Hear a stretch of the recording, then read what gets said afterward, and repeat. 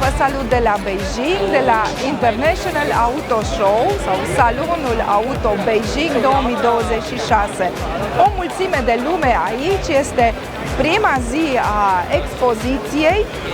Suntem înconjurați de o mulțime de oameni de media care au venit să vadă noile modele auto. Tocmai s-a încheiat conferința de presă Chery International, conferință în care au fost prezentate modelele noi de la toate brandurile pe care Chery le are în portofoliu. Ne-am bucurat să întâlnim aici și să fie prezentat pentru prima dată în China modelul L6 pe care îl vedem aici în spate. Așa cum s-a prezentat deja, vă reamintim că este o mașină care se adresează conducătorilor auto cu un stil de viață elegant. Le-Pass începe în 2026 și până în 2030 își propune să pună pe piață 1.000.000 de mașini în întreaga lume. Ne bucurăm că acest brand ajunge în România prin Matero.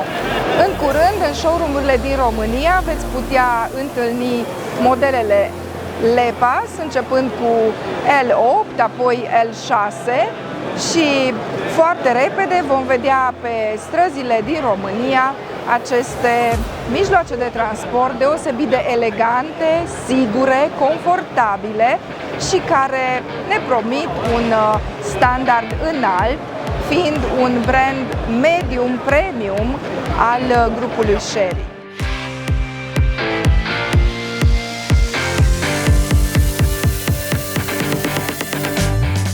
Modelul L4 BEV a fost prezentat de asemenea pentru prima dată la Beijing, la Salonul Auto, un model care are o autonomie de 450 de kilometri, o mașină elegantă din aceeași familie Le-Pass și care va ajunge în România la sfârșitul acestui an.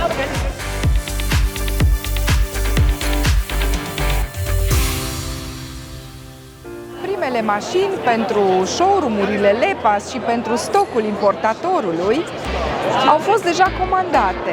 Ele vor ajunge în România la începutul lunii iulie.